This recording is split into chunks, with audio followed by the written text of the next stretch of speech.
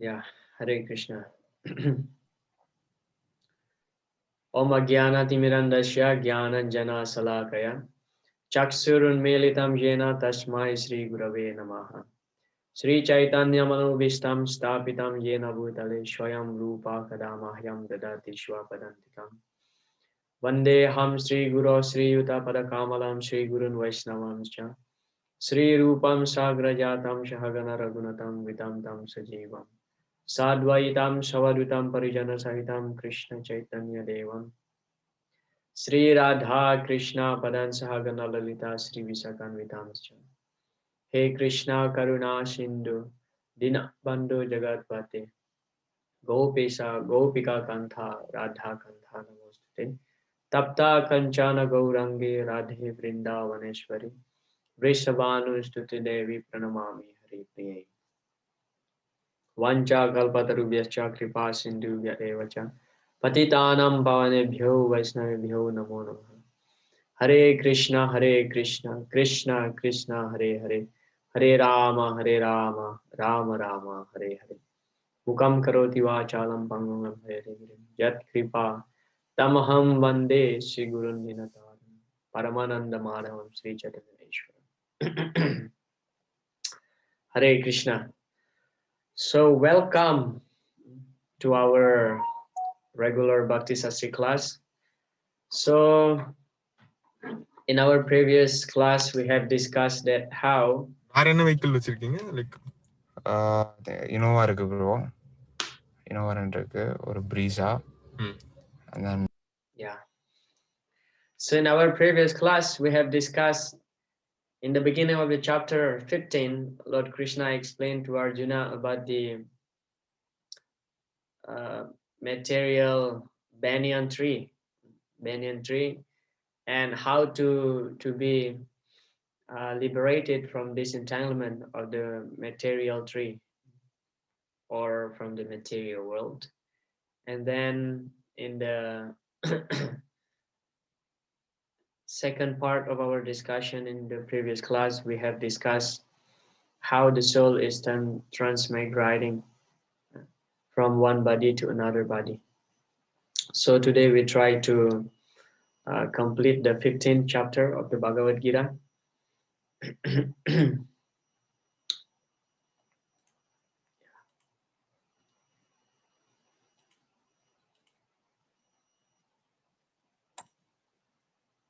So there are three topics of our discussion for today's class. The first one is that Krishna as maintainer. This is from text 12 to 15. And then summary of the Vedanta Sutra 16 to 18. So actually, the Acharya explained that this part from 16th to 18th verse is actually dealing with Sambandha, our relationship with Krishna. So we get the gist here that the Vedanta Sutra giving us actually the knowledge of Sambandha, our relationship with Supreme Lord Krishna. And then the last part is that knowing Krishna means knowing everything. So text number 19 is the Abhidya, the process by which we can attain our goal. And text number 20 is the Prayojana, the goal itself.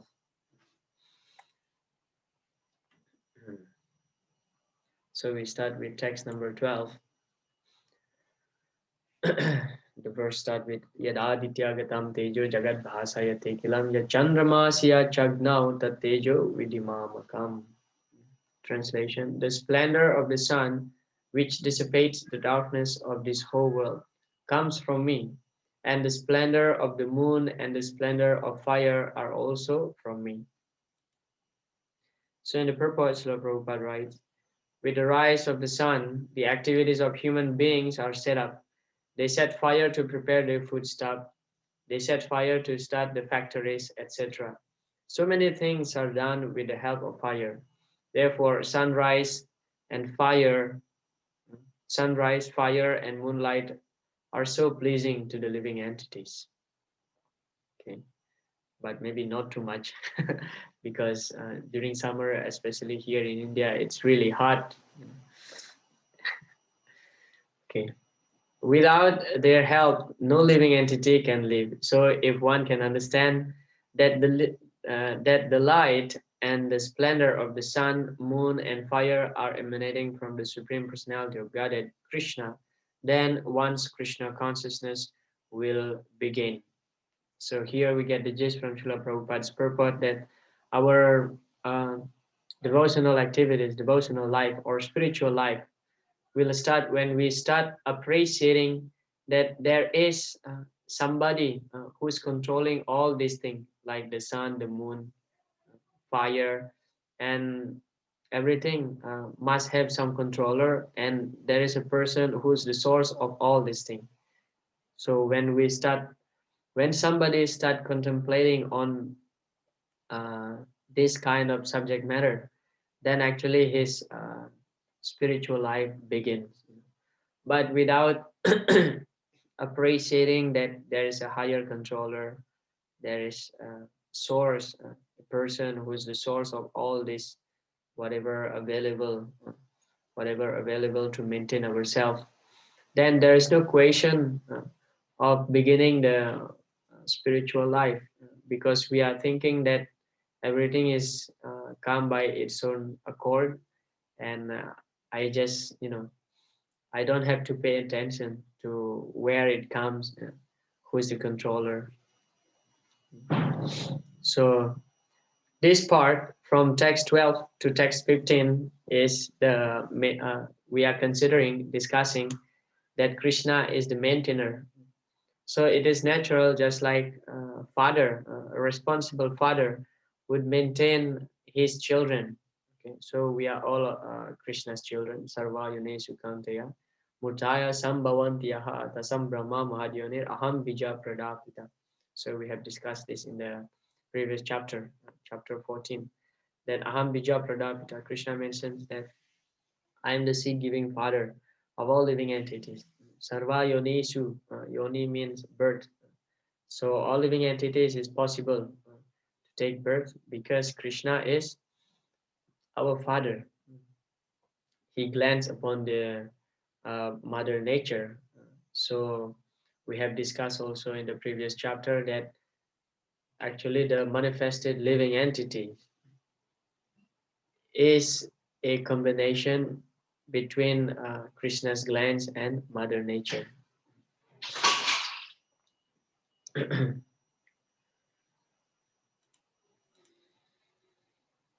Okay.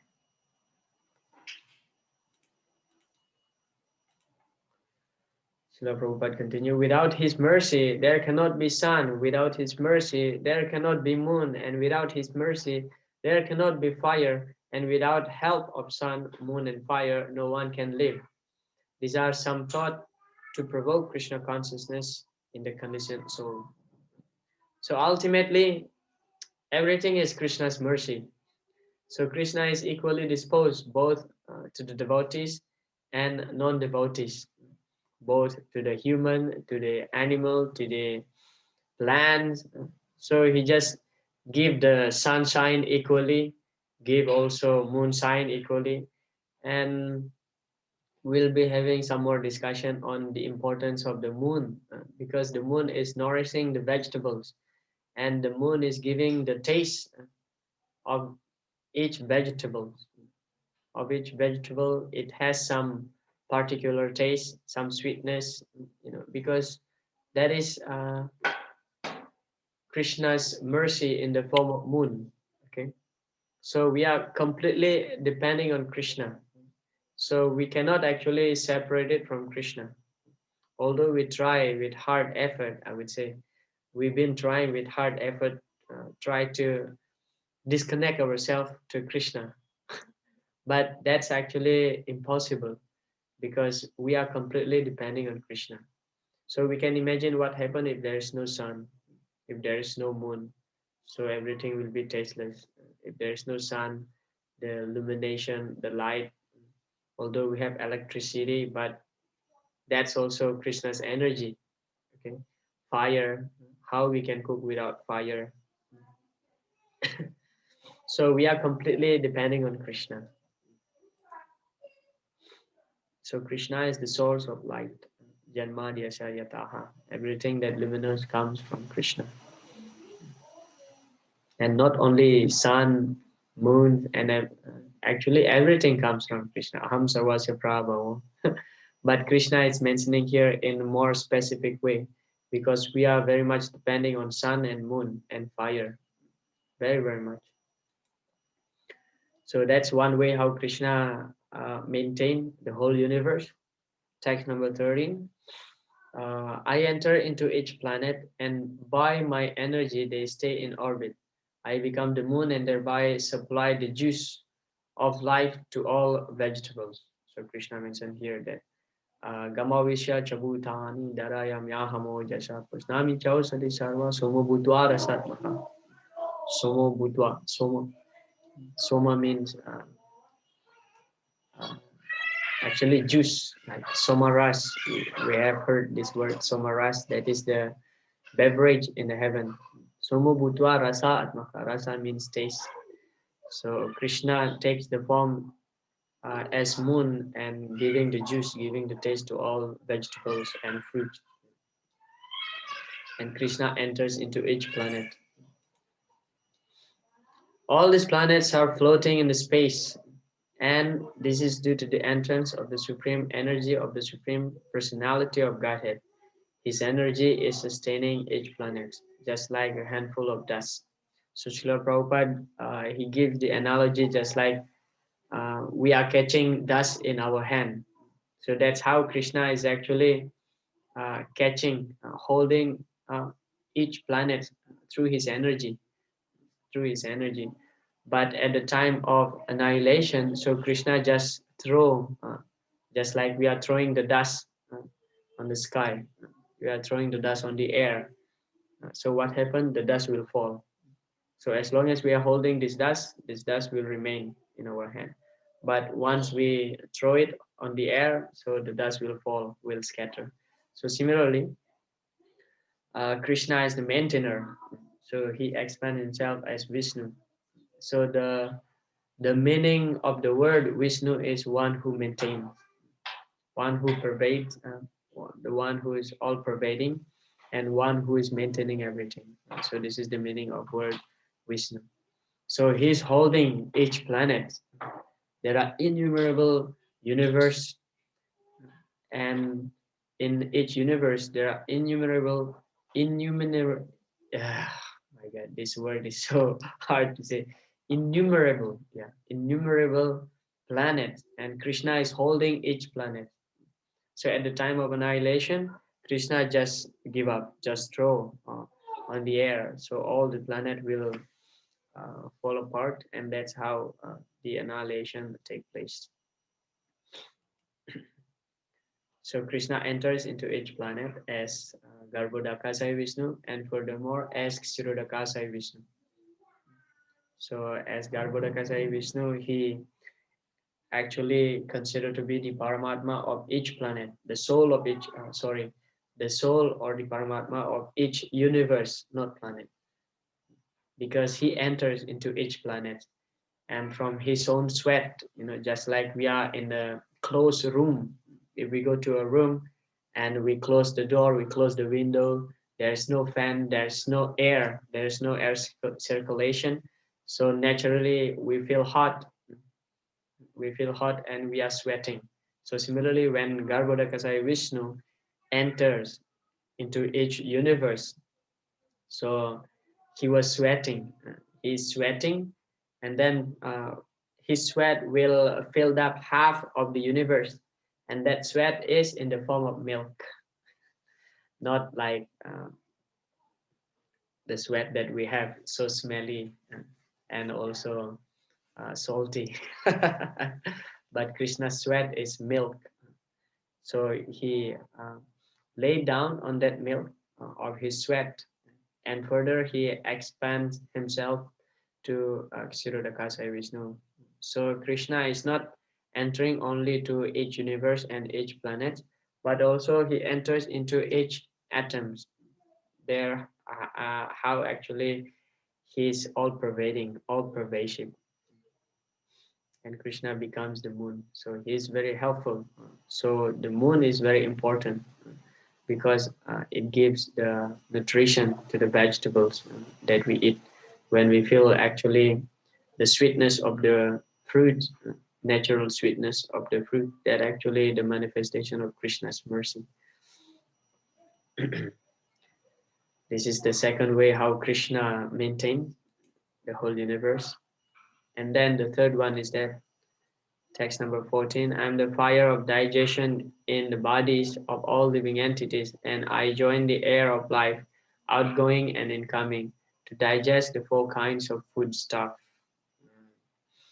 So digestion fire is very important, and that digestion fire is Krishna. Aham Vaisvanaro Bhutva. Krishna is the fire within the stomach.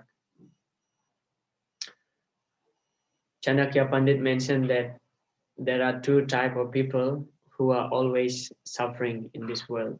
The first one is that one who has digestion fire problem, one who has indigestion, let's say like that. That's the correct word, indigestion. That means his digestion fire is very, very weak. And then the another type of person who always suffering is that one who has that. So when we have that, we cannot be in peace. We always in anxiety because somebody will come to us and ask to, repay our debt. Always being disturbed, our mind always disturbed. There's no peacefulness. And those who have digestion problem also, no matter how nice food stuff we eat, if we have digestion problem, that will cause actually disease. Therefore, it is advised that at night, better to eat something very, very light, because the digestion fire is following the sun actually. When the sun rising, so it's getting warmer, we feel hungry in the morning, so we eat something. Normally, we take breakfast, something light, because digestion fire just start. And then at noon, so the sun is very hot, so the digestion fire also follow that, and we can take like heavy lunch. Like Sri Chaitanya Mahaprabhu, he used to eat like 100 varieties of food stuff, of prasadam. Always feast, especially when he was in Jagannath Puri. Every single day he got the invitation from the devotees, different devotees, to have lunch. And they cook like more than 100 preparations. And when he visited Santipur, so Mother Sachi came to Santipur. And of course, at the time, he already is sannyas. So Mother Sachi also visited Santipur just to meet Chaitanya Mahaprabhu. And Mother Sachi would cook for Chaitanya Mahaprabhu in Santipur, in Advaita Bhavan, in the house of Advaita Acharya. So Mother Sachi would prepare a lot of preparation, especially preparation made of shak, made of spinach. So Chaitanya Mahaprabhu, he loves spinach very much. So yeah, digestion fire is very important. And then at night, it is advised to take something light also, because digestion fire start decreasing. Normally, when we overeat at night, so we feel like very weak in the morning. We feel like so lazy to get up for Mangalarati, because the whole energy of the body is concentrated to digest this food that we eat at night. And those who have problem with digestion fire, eating at night will actually create ama. So in Ayurvedic term, ama means like toxic within the body. So whatever food which is not properly digested, that will create ama, and we feel like so lethargy, so weak. So digestion fire is very, very helpful, and that is Krishna. So if we have good digestion fire, that means Krishna is very merciful to us. And also when our age start like from 60 onward, 60 years old onward, so normally we have some, digestion problem. So we start reducing, naturally we start reducing our portion of eating and what type of food that we can eat, what we should not eat, like this, because that's actually the indication that Krishna gives to us that it's time for us to reduce the necessity of the body and more involved in spiritual activities. So that's the mercy of Krishna also. Yeah, if Krishna keep giving us strong digestion fire in our old age, so we just can, our concern just eat, eat, eat, eat, eat, eat. But when Krishna give the alarm, okay, now it's time for you to reduce your eating. So that means we have to focusing more on the spiritual activities. Start thinking, becoming serious in Krishna consciousness.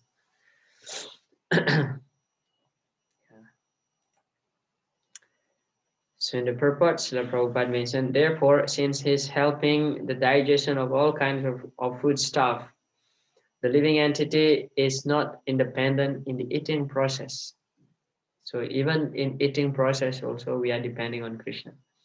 Unless the Supreme Lord helps him in digesting, there is no possibility of eating. He does produces and digests food stuff, and by his grace we are enjoying life. In the Vedanta Sutra 1.2.27, this is also confirmed. Sabdadibhyo ta pratisthana cha. The Lord is situated within sound, within the body, within the air, and even within the stomach as the digestive force. There are four kinds of foodstuffs. Some are drunk, some are chewed, some are licked up, some are sucked, and he is the digestive force for all of them. So this is the third way how Krishna maintain us, maintain the whole universe, including the living entities, by manifesting himself as the digestion fire.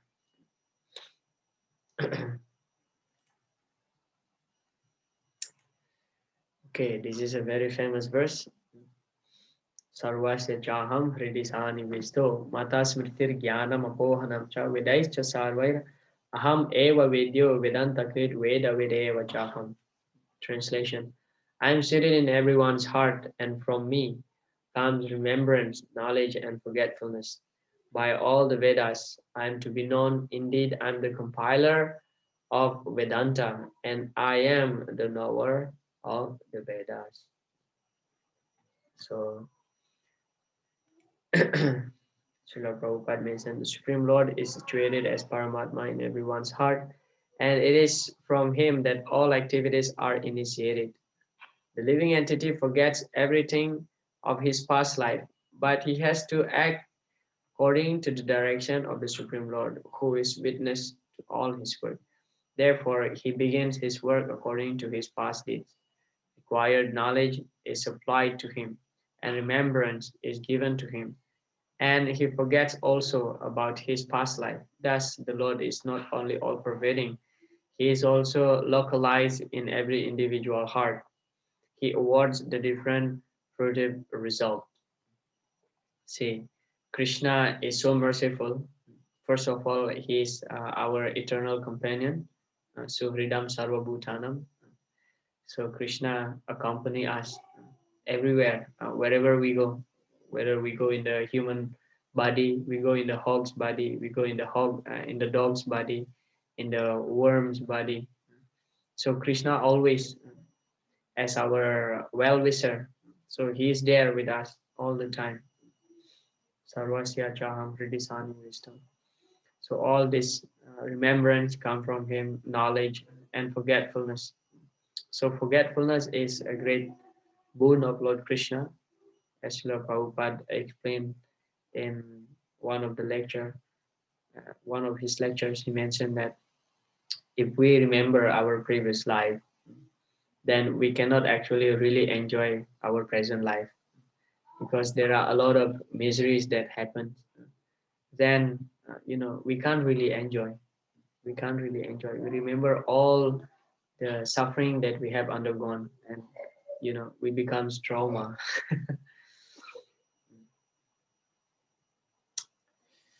By all the Vedas, I am to be known. Indeed, I am the compiler of the Vedanta. I am the knower of the Vedas. This is also a very important statement, that what is actually the purpose of studying the Vedas. So the purpose of studying the Vedas is to know Krishna. This is actually the second part of the verse, is actually already giving a hint into the next session of the discussion, next part of the discussion, which is the summary of the Vedanta Sutra. Okay, so what is that verse in the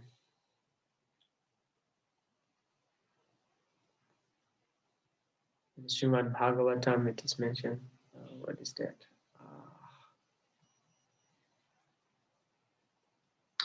Dhamma projita kaita vatra paramo nirmat saranam sadam vedyam vastavam atra vastu shivadam vedam vastavam astavatu shivadam tapatrayan mulanam Srimad Bhagavate Mahamuni Krite. Okay.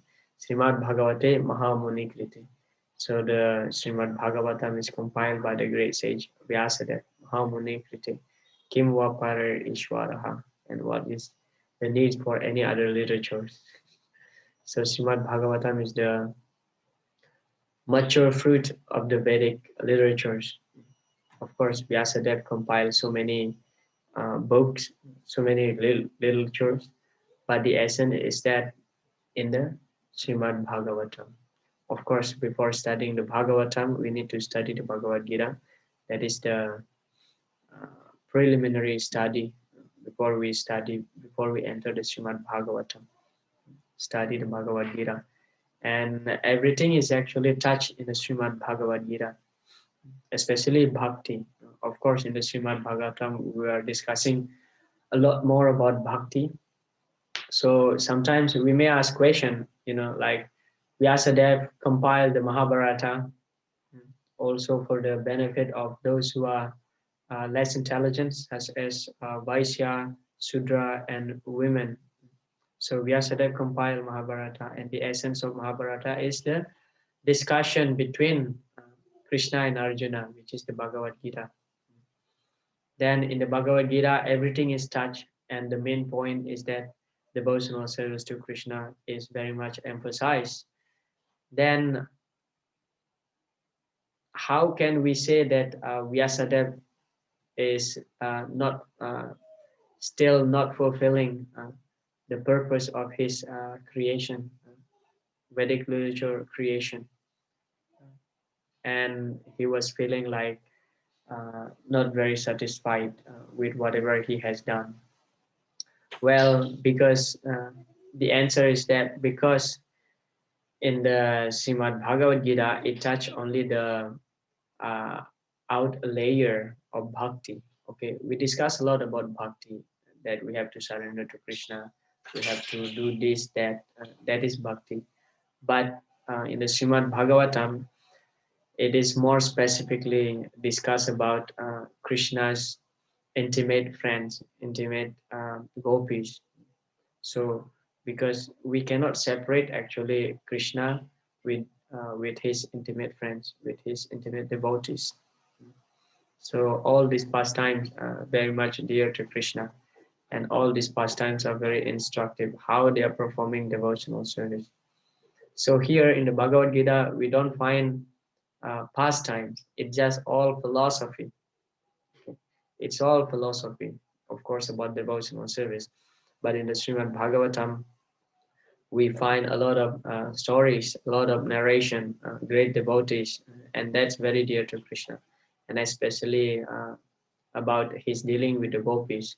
That's like the topmost pastime. So when we talk about bhakti, devotional service to Krishna, so we cannot neglect Krishna's devotee. We cannot neglect Krishna's devotee. So whenever we talk about devotional service, whenever we discuss about Krishna, okay, devotional service means Krishna, and Krishna is not alone. Krishna never alone. Okay, Krishna always have his intimate friends with him. So, for example, when we discuss about Sri Ram, so Sita and Lakshman and Hanuman will come into the picture. And whenever we discuss about Narayan, Lakshmi comes into the picture. Whenever we discuss about Nrsingadev, Prahlad Maharaj comes automatically into the picture. So like this, when we discuss about Krishna, so the Gopas, the Gopis, Madhu Yasoda, Nanda Maharaj, Devaki, Vasudev, and all his friends, Sudama, Sudama Vipra, and all his friends will come automatically into the picture. But this point is not being touched in the Bhagavad Gita. Therefore, Vyasadeva feels like unsatisfied within his heart before he compiled the Srimad Bhagavatam. Okay. Of course, in the Bhagavad Gita here, we know what is the purpose of the Vedas, and that is Krishna, devotional service to Krishna. But if we want to relish the sweetness of bhakti, so we have to know the pastime of Krishna's dealing with his intimate devotees. So Krishna as the Paramatma enters into everyone's heart. Krishna is the compiler, the knower, and the knower of the Vedas, and he is to be known in the Vedas. So our study is incomplete. Our study of the Veda is incomplete if we don't come to the conclusion of service to Krishna. So that's the first part of our discussion. Whether any question or comments before we move to the next part of our discussion, which is the summary of the Vedanta Sutra. So in 3 slokas, we will come to know what is the summary of the Vedanta Sutra.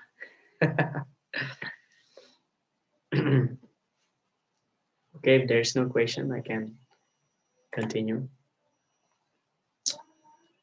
Oh yeah, before that, here there is a lecture from Srila Prabhupada. A small cub dog, it has not opened the eyes, but still immediately after birth, it is seeking the nipples of the mother. So where from the knowledge comes? From his within, and that is from God.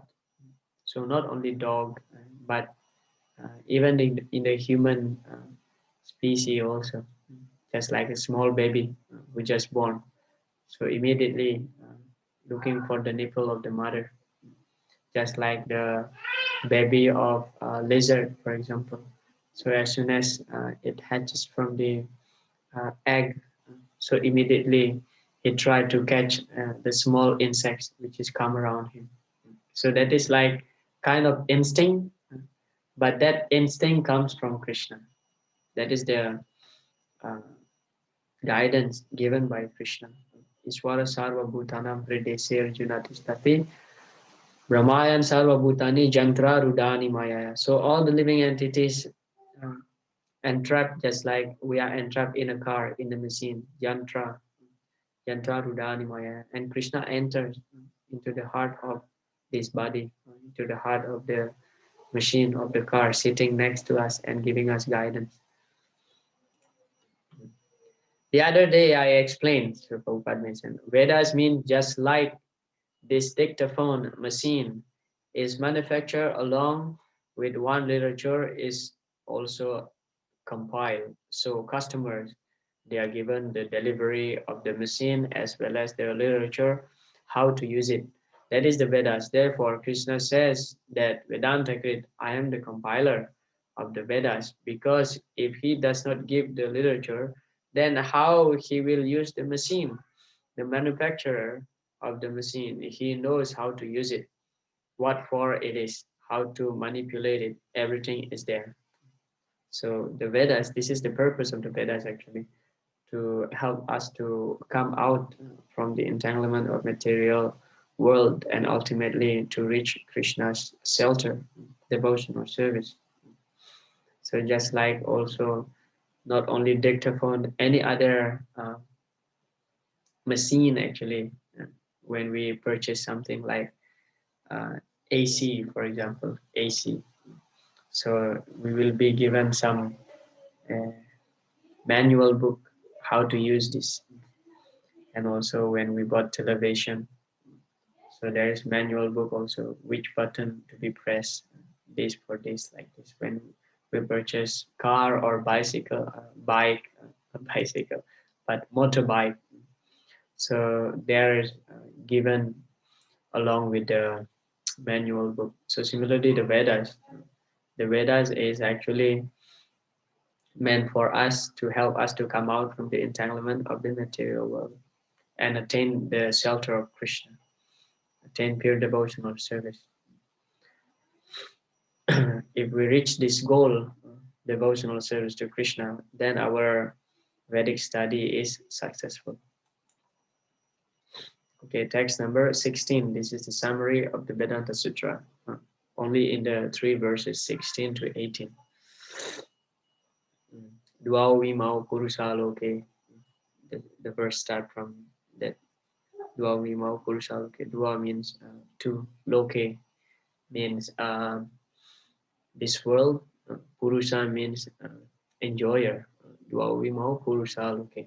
There are two classes of being, the fallible and the infallible. In the material world, every living entity is fallible, and in the spiritual world, every living entity is called infallible. So this is the difference. There is Baddha Jiv and Mukta Jiv. But also we can find also Mukta Jiv even within the material world, because actually they detach from the material world. So Mukta Jiva means actually not necessarily to be situated in the spiritual sky, because according to Tattva, we can create the spiritual world even within the material realm by engaging ourselves in devotional service. So the idea of being infallible is that when we connect ourselves to Krishna through devotional service. So this is the difference. This is the ksara, or the fallible, materialistic, and this one is that the aksara, the infallible.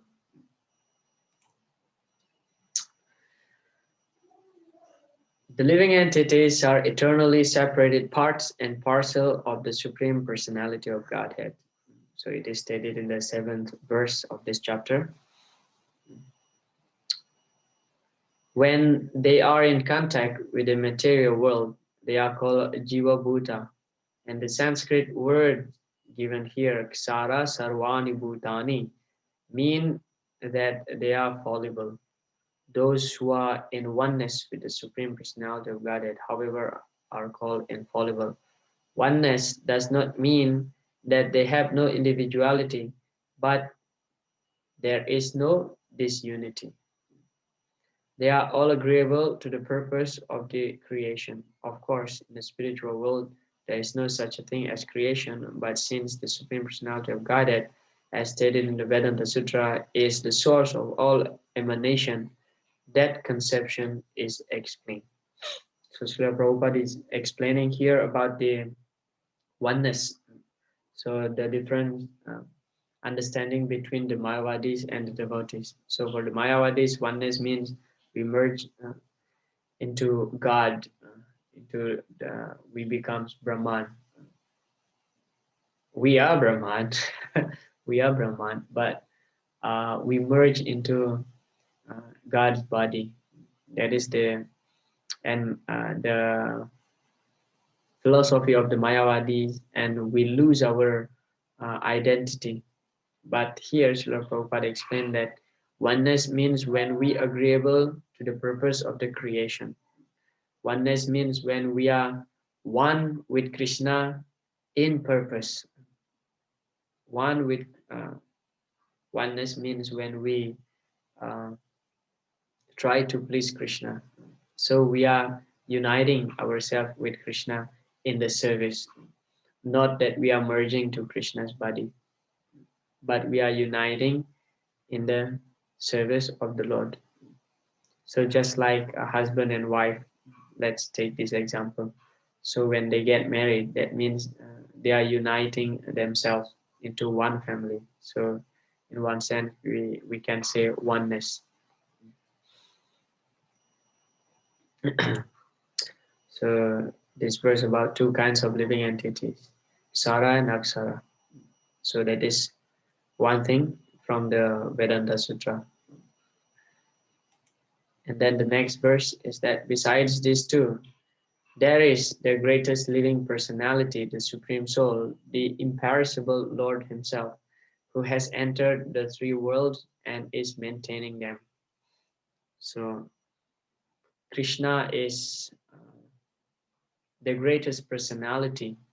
Krishna is the greatest personality. Ekale Ishvara Krishna our Sabhabrita.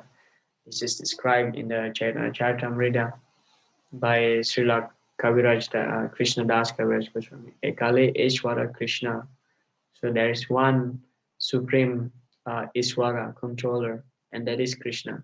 Our Sabhai Brita, and the another personality is actually his servant. Okay. The purport Srila Prabhupada mentioned. The Upanishadic verse runs as follows: Nityo Nityanam Chetanas Chetananam. The purport is that amongst all living entities, both conditioned and liberated, there is one supreme living personality, the Supreme Personality of Godhead, who maintains them and gives them all the facility of enjoyment according to different works. That Supreme Personality of Godhead is situated in everyone's heart as Paramatma. A wise man who understands Him is eligible to attain perfect peace, not others. So, who is the wise man? Who is the person who can attain the perfect peace? That person is one who knows the truth about the Supreme Personality of God as Sri Krishna. Bhaktaram Yagyatapasam Sarvaloka Maheshwaram Suhridam Sarvabhutanam. So one who knows these three things, Bhaktaram Yagyatapasam, Krishna is the benefactor of all the sacrifice. That means he is the supreme person. All sacrifices are meant to satisfy him. Bhaktaram Yagyatapasam. Sarva Loka Maheshwaram. He is the controller, the owner of all planets. Sarvaloka Maheshwaram Suhridam Sarvabhutanam. He is the friend, the well-wisher of all living entities. So those who knows this, those who know this truth, then he is the person who's eligible. Those who know this truth, they are the people who is eligible to be liberated, to get peace in their mind. So liberated is not simply mean that we are giving up our material body and enter into the spiritual sky. But when we understand the tattva about Krishna, that he's the supreme person and we are his servant and act according to that philosophy, so that's actually liberation. Just, liberation means when we free ourselves from some uh, unwanted situation, unwanted situation. So what is unwanted situation? The unwanted situation is that we are all the time being influenced by Maya.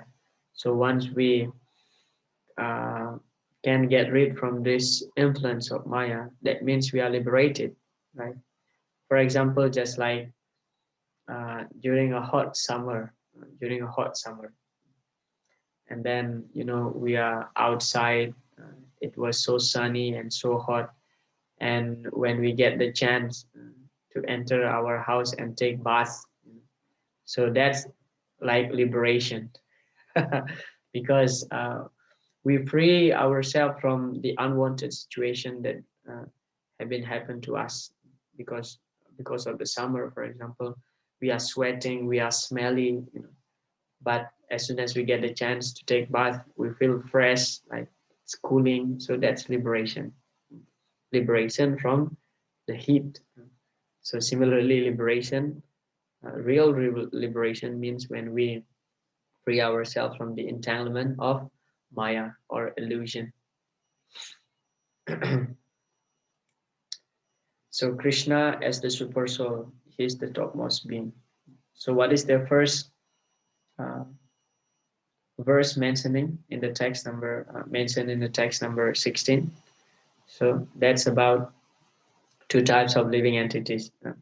There are two types of living entities. One is liberated and one is bondage. And then this verse mentioning that Krishna is beyond this. Krishna is above these two types of entities. Krishna is the topmost being. Same point being expressed here in the text number 18. Because I am transcendental beyond both the fallible and the infallible, and because I am the greatest, I am celebrated both in the world and in the Vedas as that supreme person.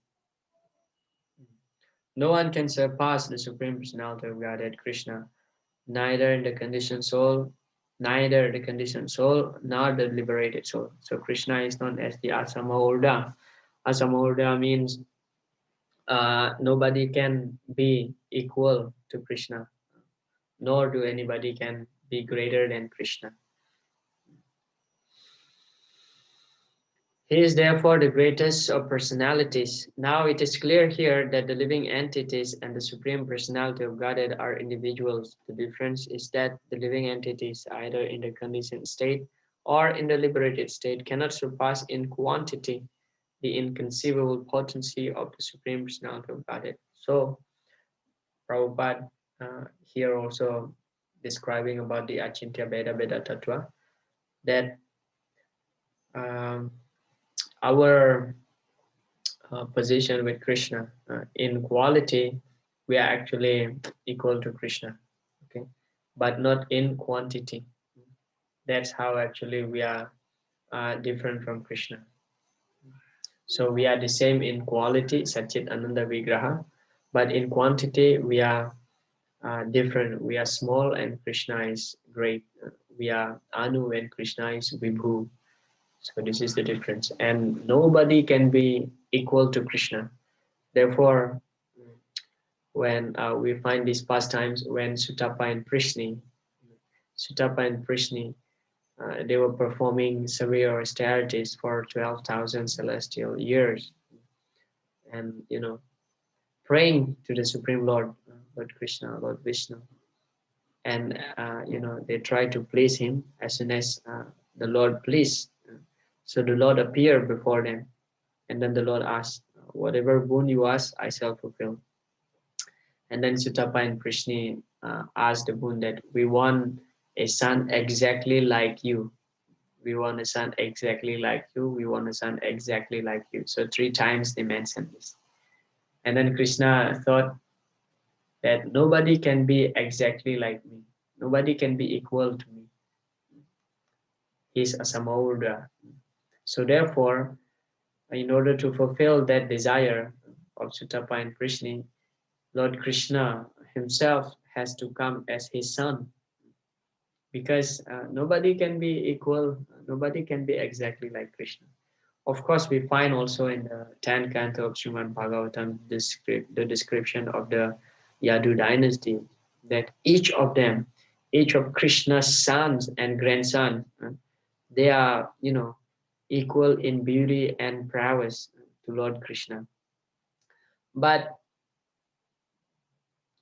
not, we cannot say that it's exactly as Krishna. They may be very beautiful and almost touching Krishna's beauty, just like Uddhava also. When Uddhava went to Vrindavan, so the gopis thought that it was Krishna who comes, because Krishna's bodily feature, bodily complexion, and his face almost similar as Krishna's face. His beauty, knowledge, almost equal. But it's just almost, not exactly equal, because Krishna, nobody can compare himself with Krishna. Krishna is the topmost. Krishna is the greatest personality. So this is the summary of the Vedanta Sutra. So if you want to learn the Vedanta Sutra, you can just learn these 3 verses, 16, 17, and 18 of chapter 15 Bhagavad Gita. You get the conclusion, you get the summary of the Vedanta Sutra. First thing is that we learn that there are 2 types of living entities, eternally bound and eternally liberated. Those who are bound, situated in the material world, those who are liberated, situated in the spiritual world. And then Krishna is beyond this both Baddha Jiv and Mukta Jiv. Although amongst the Mukta Jiv, nobody can be equal to Krishna. So that's actually how these 3 verses, actually the Sambandha Gyan. So what is our relationship? We can come to know from these 3 verses that we are actually Krishna's eternal servant. We cannot be equal to Krishna. Okay. Of course, we find that out of his love, Krishna is being defeated by his devotees. Just like Krishna becomes Arjuna's chariot driver, or Krishna is being bound by Mother Yasoda, or Krishna feels like really, really sick when he is separated from Srimati Radharani and the gopis, for example, like that. So, because Krishna mentioned, Aham Bhakta Paradino Yasatvantra Ivad Vijay Sadubir Grasta Hridayo Bhaktir Bhaktai Janapriya. So, Aham Bhakta Paradino, Krishna mentioned that I am controlled by my own pure devotees. Of course, according to Tattva, we have to clearly understand that nobody can control Krishna. But in fact, Krishna is controlled by devotion of his pure devotee. Why he is ready to appear as the son of Vasudev and Devaki, or Sutapa and Prishni as Prishnigarva, or Kashyapa and Aditi as Vamanadev, because Krishna is bound by the pure love of his devotees. Krishna is as soon as Krishna accepts, this is the statement of Srila Vishwanath Chakravarti Thakur, as soon as Krishna accepts the offering of his devotees, at that very moment Krishna becomes indebted. Krishna becomes indebted. Krishna becomes indebted by our service. So Krishna, he doesn't want to be indebted. So immediately he wanted to pay his debt, and fulfill whatever the desire that the devotees ask, including becoming his the servant of his pure devotees. Just like in the case here, he becomes Arjuna's chariot driver. So chariot driver is the duty of the Sudra, but it doesn't matter for Krishna because he's serving his pure devotees. We find also in the Mahabharata that when Yudhishthira Maharaj was conducting the Rajasuya Yagya, so Krishna took the service of washing everybody's lotus feet, every guest's lotus feet. So any guest come, so he washed his lotus feet, including when Duryodhana came. Krishna washed Duryodhana's feet. That's how Krishna tried to please his own devotees, and Krishna's devotees tried to please Krishna. So in this way, there is a transcendental competition between the devotees and Krishna. The devotees try to please Krishna, Krishna tried to please his devotees. So in this way, like, the love is increasing. Love is increasing all the time. Okay, any question regarding this so far before we move to the next 2 verses?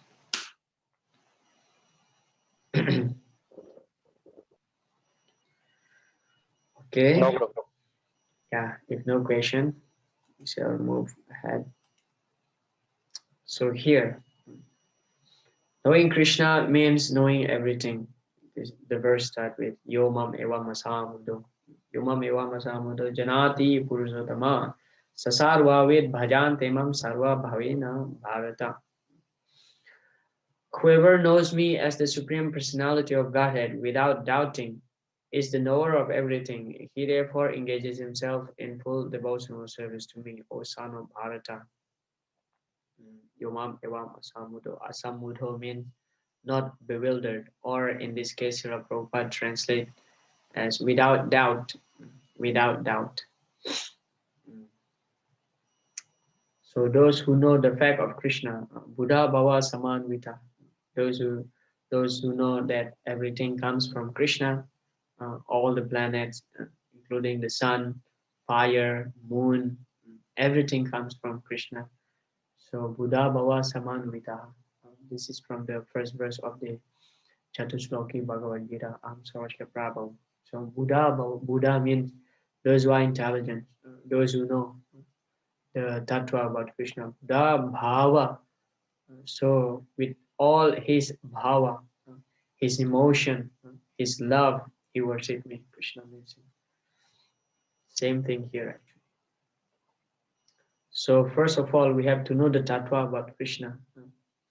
Just like it is always recommended to study the Srimad Bhagavatam in a systematic way. Start from the first canto to the ninth canto.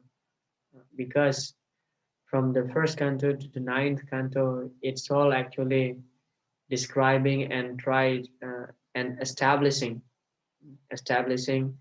Krishna's supremacy, Krishna's tattva, about Krishna is the Supreme Personality of Godhead.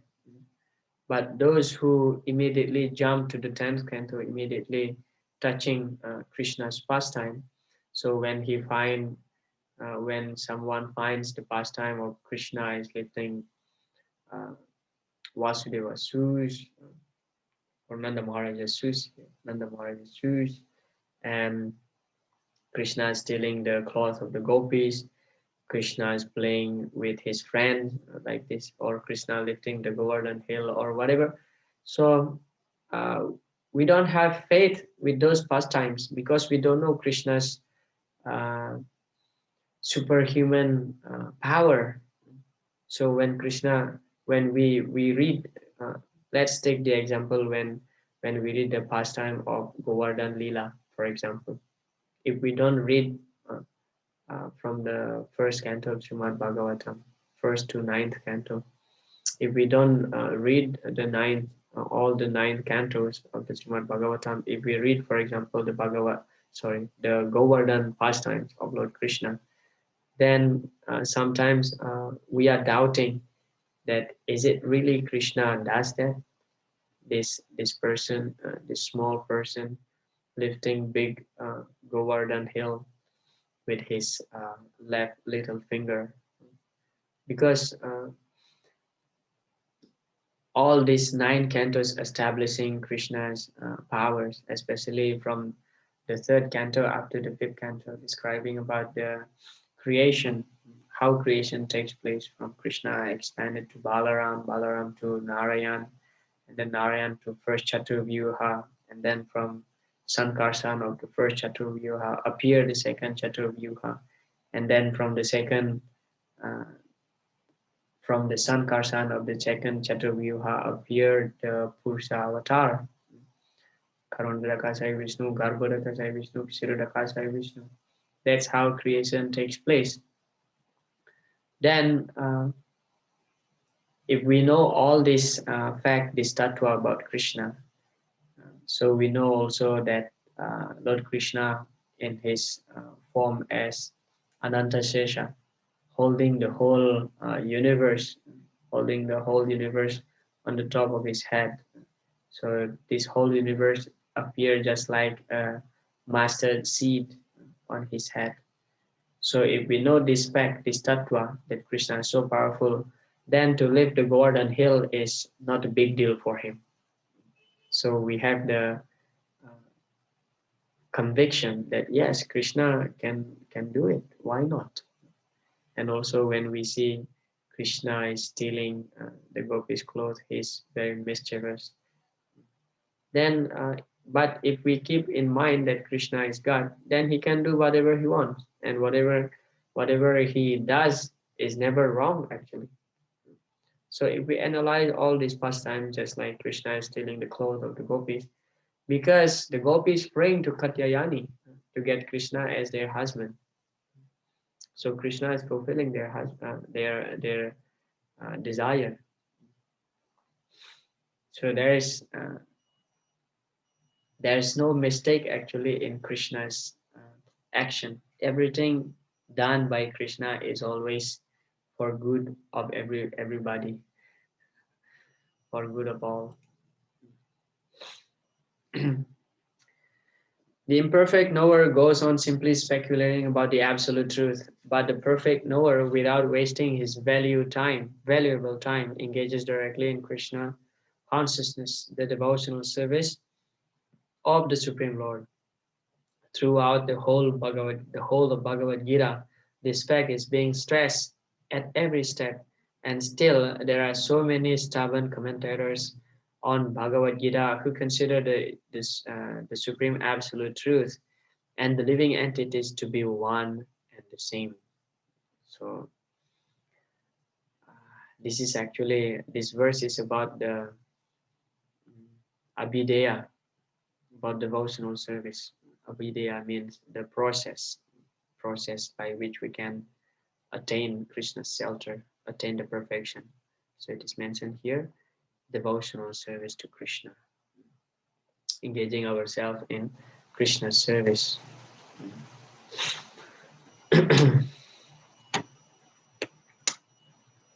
But as Srila Prabhupada mentioned that, there are still so many stubborn commentators on the Bhagavad Gita who consider uh, Krishna or the absolute truth and living entities to be one and the same. Well, that's already established in the previous part of our discussion from 16 to 18, that Krishna is the greatest and we have our eternal individuality, eternal identity, and we cannot merge to Krishna.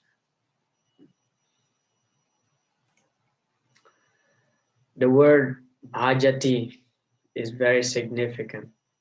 In many places, the word bhajati is expressed in relationship with the service of the Supreme Lord. If a person is engaged in full Krishna consciousness, in devotional service of the Lord, it is to be understood that he has understood all the Vedic knowledge.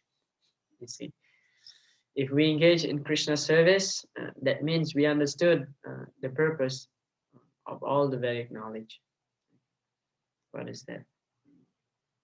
Yavan artha udapane sarvata sampluto dake tavan sarveshu vedesu brahmana sarvijanata. So all the purposes served by small wells can be at once served by a big reservoir of water. So ultimately, the conclusion of the Vedas is just service to Krishna. That's it.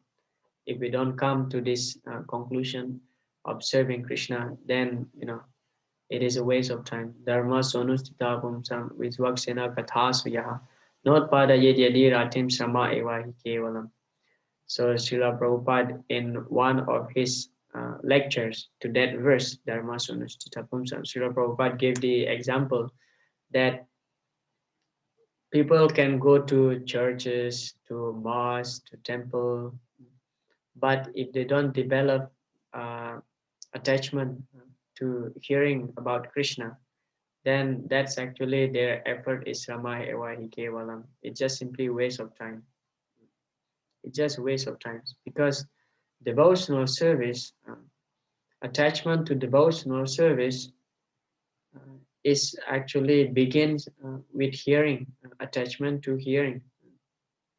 Attachment to hearing is actually a symptom that one is advancing in spiritual life. So those who have taste for hearing Krishna Katha is actually making very rapid advancement in Krishna consciousness. So in this way, we can assess ourselves, how much is our attachment in hearing Krishna Katha, that much is our progress.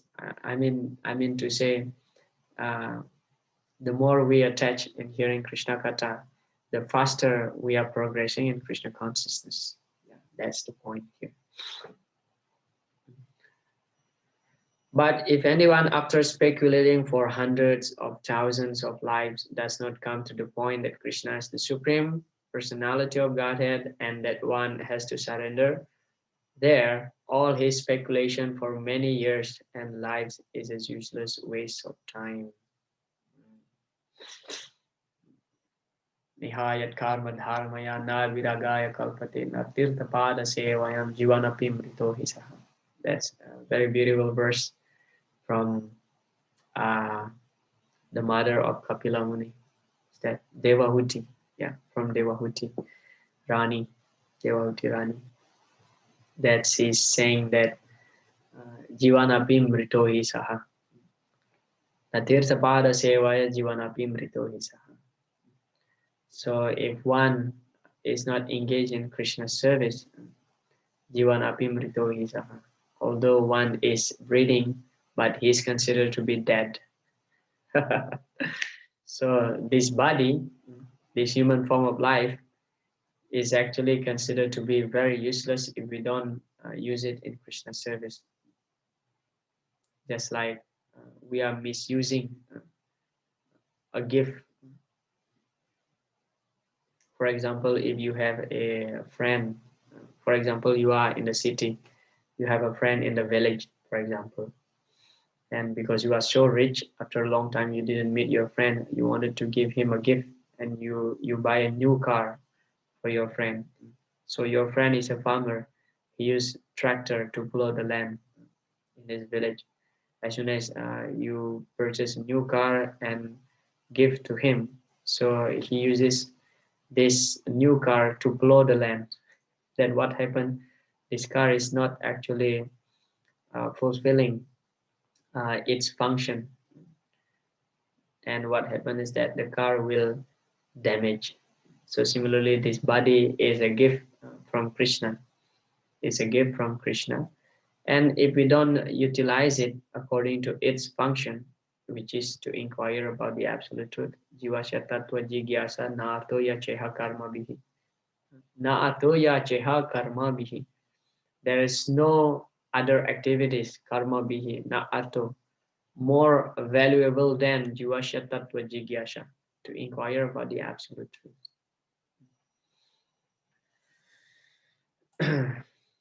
So knowing Krishna means knowing everything. Well, people may argue that in some material science, maybe we don't know, or even some part of the Vedas, we don't know. But if we know the conclusion, then it doesn't matter. It doesn't matter. Because ultimately, the purpose of you are knowing so many things is that just to support you to know about Krishna.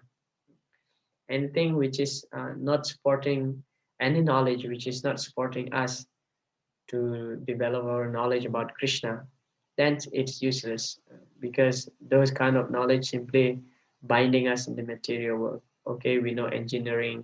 I'm sorry, I'm not trying to criticize those who are working as engineer, if any of you here. Okay, I know about engineering, about doctor, science, and medication science, like this. But if we don't know ultimately that we have to surrender to Krishna, then what's the point? That's the point here that Krishna trying to make. So this is the abhidaya, the process. Okay, text number 18 is the sambandha. No, 16 to 18 is sambandha, because it deals about Krishna being the greatest, and we are cannot surpass Krishna in we cannot surpass Krishna in any way. So that means we are Krishna's servant. That is the sambandha, and this is abhidya, the process, devotional service, and this one is the prayojana, the goal. So text number 20. Iti goyatamam sastram idam uktamaya naga etad budva buddhi manshat krita kritascha bharata. That's the verse. So Krishna mentioned, this is the most confidential part of the Vedic scriptures, O sinless one, and it is disclosed now by me. Whoever understands this will become wise, and his endeavors will know perfection. So the perfection, what is the perfection? Is attaining Krishna Prema Bhakti. This is the prayojana, this is the goal. So again, we see here, very interesting, that Krishna mentioned that this is the most confidential part of the Vedic scriptures. We see from chapter 9, entitled Most Confidential Knowledge. And then Krishna keeps saying that in the chapter 14, Krishna mentioned that whatever I have said to you, that's confidential. But now this knowledge that I'm going to tell you is the most confidential. And then here again, Krishna concluded the chapter 15, by saying this is the most confidential part of Vedic scriptures. So Krishna is again and again giving Arjuna's stimulation, by which Arjuna increasing his eagerness to hear from him, because he still have another 16, 17, and 18, 3 more chapters to go with Arjuna. Okay, the purport, Srila Prabhupada mentioned, the Lord clearly explains here that this is the substance of all revealed scriptures, and one should understand this as it is given by the Supreme Personality of Godhead. Thus, one will become intelligent and perfect in transcendental knowledge. Now, pay attention to this one that I highlighted. In other words, by understanding this philosophy of the Supreme Personality of Godhead and engaging in his transcendental service, everyone can become freed from all contamination of the modes of material nature. So here, there are 2 points here actually. The first one is that understanding the philosophy. So we know the philosophy, we know the tattva. Krishna is God, we are his servant. But that philosophy should be realized, and that's engaging in his transcendental service. So simply knowing that smoking cigarette is not good, just like we see in every pack of the cigarette, actually it is written that this is the consequences of smoking cigarette, but still people are smoking cigarette. Then what's the point simply knowing if you don't act according to that knowledge? So similarly, if we know that the philosophy about Krishna, that Krishna is our master and we are his servant, then we have to act accordingly. Yahayasyaharidasit karmana manasa gira nikilasya pyavastasu jivan mukta sarochyate. Then we can be a jivan mukta, liberated, if we engage all our senses in Krishna service. Yahayasyaharidasit karmana manasa gira. All our activities, our manasa, our mind, we meditate upon Krishna. Devotional service is a process of spiritual understanding. Wherever devotional service exists, the material contamination cannot coexist. Devotional service to the Lord and the Lord himself are one and the same because they are spiritual. Devotional service takes place within the internal energy of the Supreme Lord. So, in the 9th chapter, this statement is more specifically described by Krishna. This that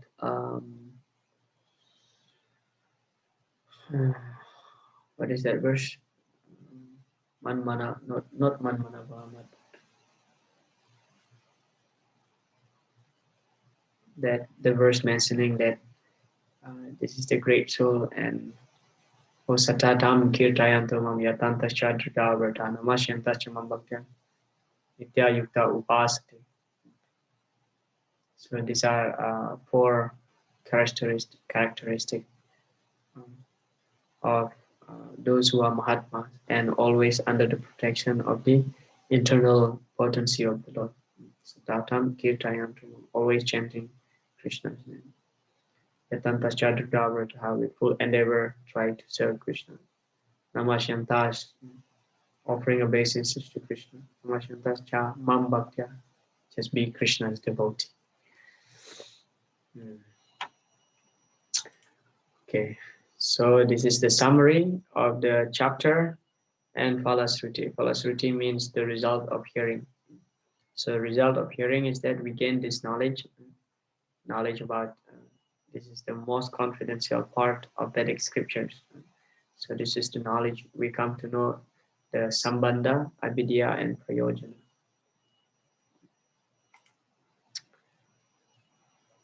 Everyone must take to this Krishna consciousness. Sorry.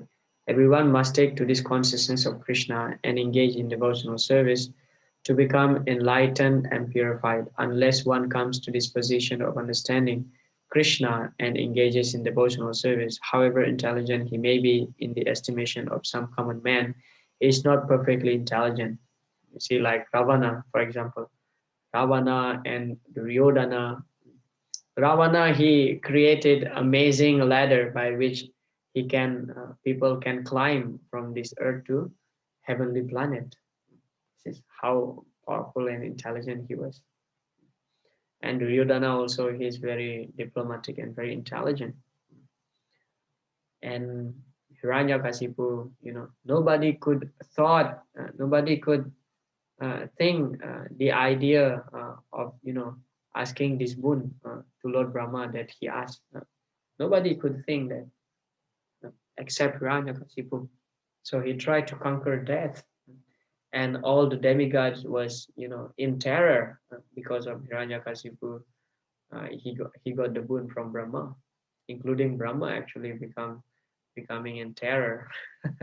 So all these great demons, they are very, very intelligent in planning something. But then, what is the use of such intelligence if ultimately uh, does not bring them to the point of surrendering to Krishna's lotus feet?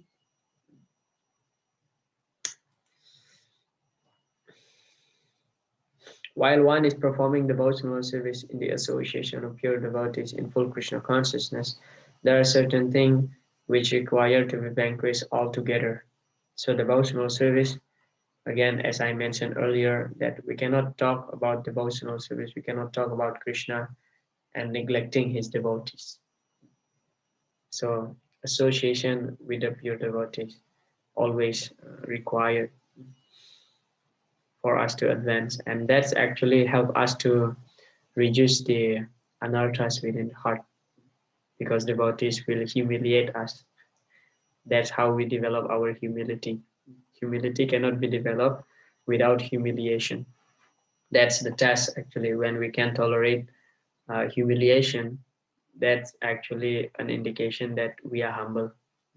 The moment we are complaining about humiliation from others, we cannot tolerate that. That means we are not humble enough. So devotees will help us to make us very humble. The most important thing one has to surmount is weakness of the heart. Hridaya Daurbalyam. This is mentioned by Krishna in the beginning of the Bhagavad Gita. The first fall down is caused by the desire to lord it over material nature.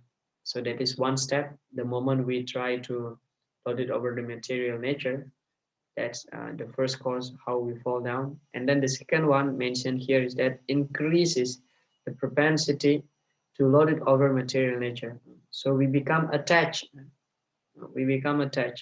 First, we want to have it, and then second, we become attached. So these actually two things which need to be vanquished altogether. As Prabhupada mentioned, altogether. First, we have to diminish this desire to lord it over the material world, material nature. Then attachment can be decreased, can be vanquished also. Once we wanted something, then once we get it, we becomes attached. And once we attach to it, whatever connected to the material world, that's how we come again and again to the material world. The only way is that we just sever our attachment. That's it. Finish. Including attachment to the family members. Devi, Kunti Devi prays to Krishna. What is that? Atha Visvesha Visvatman Viswamurte Swakesu Sneha Pasam Imam Chindi Dridam Pandusu Vrishnishu. So Kunti Devi prays to Krishna that, please sever the attachment of my family relationship, such as to the Pandavas and the Vrishnis, because for a mother, the biggest attachment is to her children. That's the biggest attachment of a mother to her children, to family members, to everybody actually. To us, family members is most dear, most attached. We even, for example, if some of our family members, old family members, about to die, and doctor already told that this is very critical and he may die at any moment, but we ready to spend any amount of money just to save his life. That's actually the proof of our attachment. There is some incident in Indonesia. I don't want to mention the name, but this is the good example that actually this is a devotee family. So this devotee's father, he got really sick, and he's in his 70s, very old and sick, having some chronic disease, heart attack and cancer, all together accumulated in his body, all kind of diseases. And then he was admitted into the hospital, and then doctor said that there is no hope for him to live anymore. But this devotee, because his father, he is very dear to his father, so he would spend like a lot of money just to keep the father breathing. Actually, the body of his father could no longer do anything. He couldn't open his eyes, he couldn't talk, he couldn't hear, no response, nothing. He just lay on the bed. And with his pulse still beating, we can see in the screen that beep, beep, beep, beep, beep, beep, like this. And this devotee spent a lot of money for that, a lot of money. And doctor said that, better we just remove all these tools and let him go. But this devotee said, no, I don't want he go. I don't want he go. But actually he already dead. The body is not functioning anymore. Just this screen. He just happy to see this screen, like how this the pulse is still working, the heart is still pumping. So he's happy to see that, although the body is already laying for weeks, cannot do anything, no eating, no talking, no open eyes, cannot hear, no response. Just seeing the screen, he is happy. Then that's actually the biggest attachment in life, is to the family member. Of course, I'm not trying to make a point that we just care free of our family. No, we still have to pay attention. We have to take care of the family members, but as much as required. If according to Krishna's divine arrangement that he has to go, so let him go peacefully. Sneha pasamimam chindi. Sneha means attachment. Actually, sneha in Ayurvedic term means oil, massage oil, sneha. Sneha therapy, we have this in Ayurvedic term. Sneha means oil. So oil is, once you touch oil with your hand, for example, if you rub oil in your hand, so it's difficult to clean it. So you have to wash. If you wash with only water, it will not go. So you have to put soap, scrub it very strongly, and it will wash off. So this is the attachment, sneha, attachment to the family member, very strong.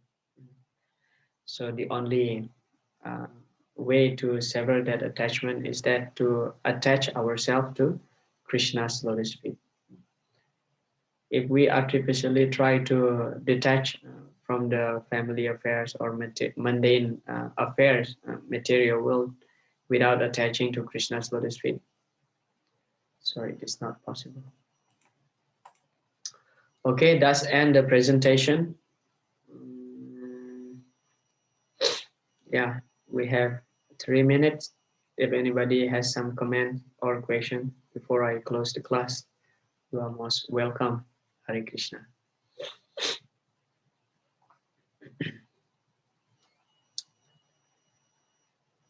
So if there is no, I thank you very much for spending your time tolerating myself.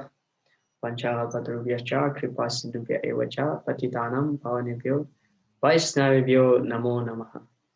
Hare Krishna. Hare Krishna. Thank you. Hare Krishna. Hare Krishna.